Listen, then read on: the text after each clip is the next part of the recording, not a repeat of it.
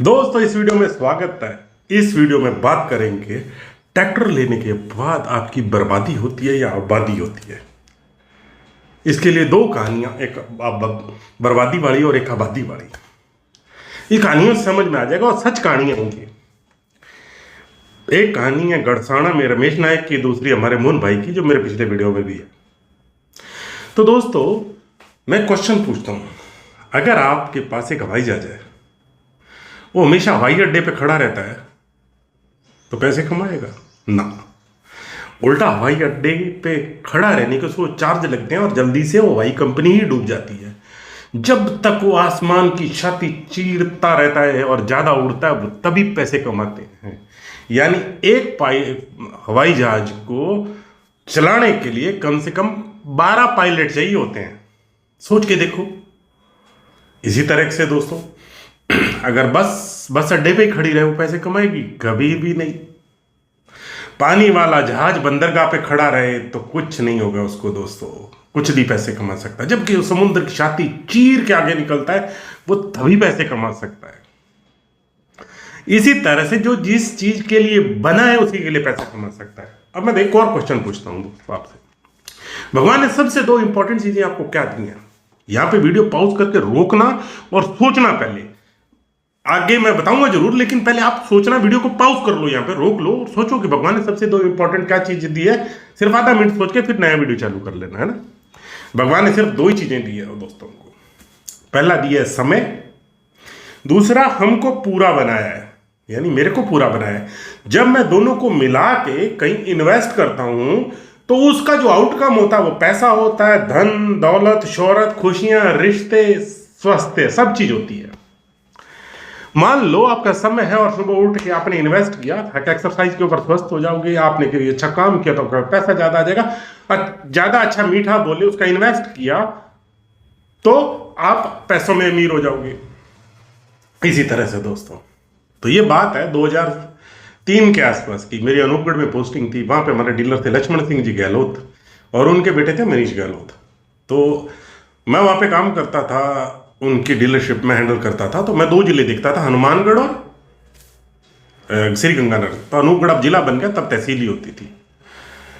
तो मैं और हमारे एक बिश्नोई सेल्समैन था, तो हम फील्ड में जा रहे हैं, तो ऐसे ही उसने बोला यहाँ पे एक ट्रैक्टर लेने वाले हैं, तो हम उनके वहां चलते हैं। तो हम उनके घर पे गए, तो उनका खेत में कच्चा घर था दोस्तों, बिल्कुल कच्चा घर था। उनका नाम था रमेश नायक।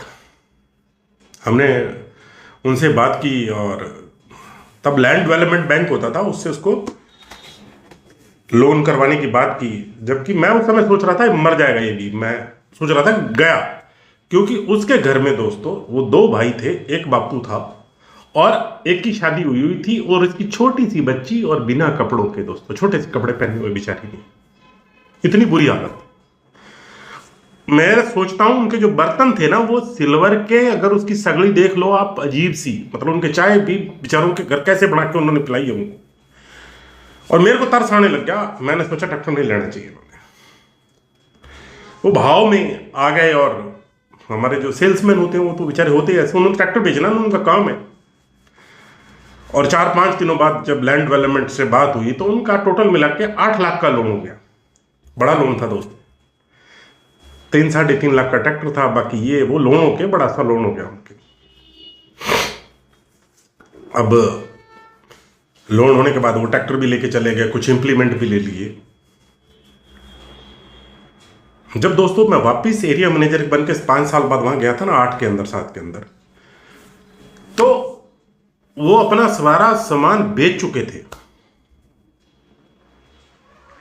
यानी 8 लाख का लोन लिया और ये वाला भी सामान किसी को बेच दिया, और वो भी पैसे लेके पता नहीं कहां पैसे वो चले गए उनके। और फिर उनकी बैंक ने जमीन की नीलामी की, क्योंकि जो शेड्यूल कास्ट है बेचारे, उनकी जमीन सस्ती बिकती है। 10 लाख होगी, इनकी 2.5 लाख 3 लाख में बिकेगी बेचारों की। तो शेड्यूल कास्ट की वजह से जमीन भी कम बिकी और पूरी जमीन नीलाम होगी उनकी। आज बिना जमा जमीन के लोगों की मजदूरी कर रहे हैं। तो दोस्तों यहां गलती क्या हुई? या उनसे गलती ये हुई, सिर्फ अपनी जमीन पे ही काम करते थे। उन्होंने अपने आप को कंफर्ट में डाल लिया, थोड़ा जाया कमाया, एक भाई थोड़े दारू वारू पीता था तो वो दारू पीने में लग गया, एक थोड़ी मेहनत करता था, दोनों जगह मैनेज करता था। पापा की उनकी तबीयत खराब रहती थी। तो इस तरह से उस पूरी फैमिली के लिए, जो मैं कहता हूं कि 8 घंटे आपका ट्रैक्टर का काम होना चाहिए, वो ना करके उन्होंने ट्रैक्टर का नुकसान कर दिया। यहीं पे दूसरी स्टोरी है दोस्तों, मोहन भाई की। हमारे डीलर होते थे दिनेश जी, वहाँ पे दिनेश जी के साथ एक दिन में गेहूं का जब कटने का टाइम होता मार्च अप्रैल का, तभी तो 2003-2 की बात है दोस्तों, कभी वहाँ पे पानी की बोतलें नहीं होती थी उस समय, मटके से पानी पिया जाता था, मोबाइल तो होते ही नहीं थे हमारे पास। तो रास्ते से जा रहे थे तो मैंने बोला दिनेश जी आप पानी पीना है? बोले कहा चल, वो गेहूँ काट रहे हैं उनके पास पीते। तो उनके पास पानी पीने के लिए हम गए और बैठे, उन्होंने पानी पीना है तो उनका बुजुर्ग वहाँ पे बैठे हुए थे, कहते मटका पड़ा है पी लो पानी। तो एक छोटी बच्ची उनकी भी थी, वो छोटी सी बच्ची कर रही थी, उन्होंने पानी पिया तो दिनेश बुजुर्ग से बात करने लग गया कि आपके पास क्या करते हो आप? वो बता रहे थे कि ये ऊपर वाली ज़मीन है, जो ऊंची टीले वाली ज़मीन है हमारी है, ये नीचे वाली पे हम दूसरे की गेहूँ काट रहे हैं, दूसरे की गेहूँ काट रहे हैं। तब 40 किलो बीघे का गेहूँ मिलता था, तो उसी से हमारा गुजारा हो जाता है, बस इतना ही। इमीडिएटली दिनेश ने आइडिया देना चालू किया कि आप ट्रैक्टर ले लो, ऊंची जमीन को नीची कर लो, पानी चढ़ा दो, अपनी खेती करो, क्यों दूसरे की खेती कर रहे हो? मैंने सोचा मार दिया गरीब। मैं मना करूं, मैं चलने की बात करूं, वो रुक के बैठ गया, क्योंकि उनको दिख गई कि जमीन है, इस पर लोन हो सकता है आराम से। इतने में उनका एक बेटा वहां पे आ जाता है बात करने के लिए, फिर दूसरा, फिर तीसरा, तीनों आ जाते हैं।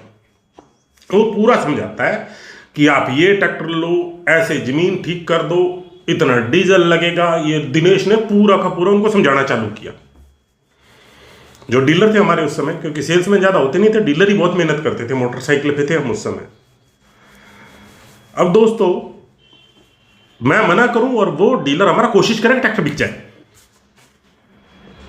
अब थोड़ी देर बीती तो उन्होंने, भाइयों ने बोल के बोल दिया सबने कि हम ठीक है, ये आइडिया ठीक है। और मैं सोचूं एक बच्ची को पहनाने के लिए कपड़े नहीं है इनके पास, तो क्या करेंगे? मर गए बेचारे। हम वहां से जैसे तैसे घंटे आधे घंटे में गए, तो हम वहां से चले गए। मैंने सोचा कल नहीं आएंगे।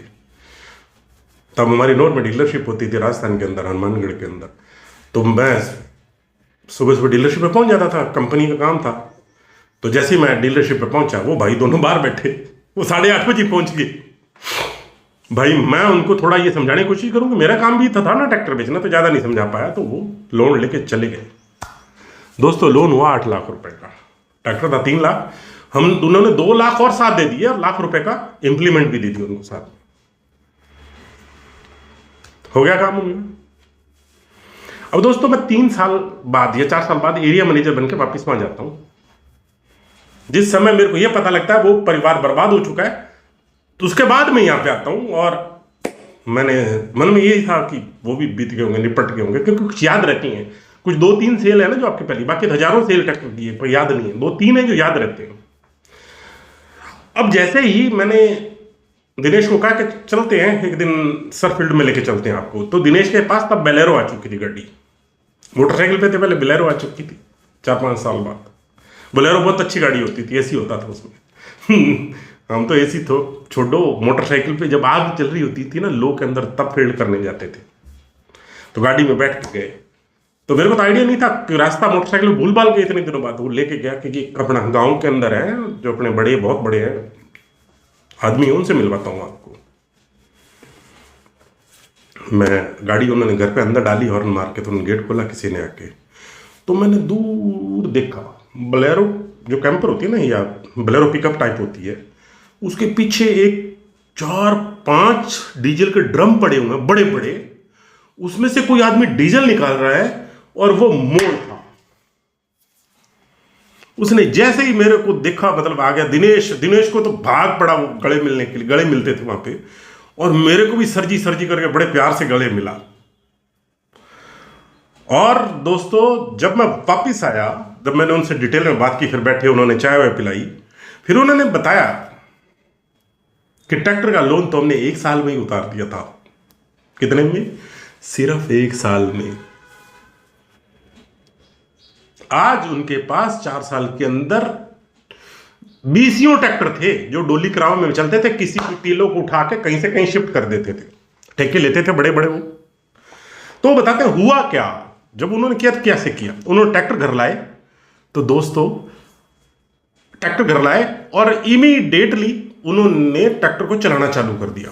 अपना खेत सही किया, अपना खेत सही करते करते उनको एक्सपीरियंस आ गया खेत सही कैसे होता है।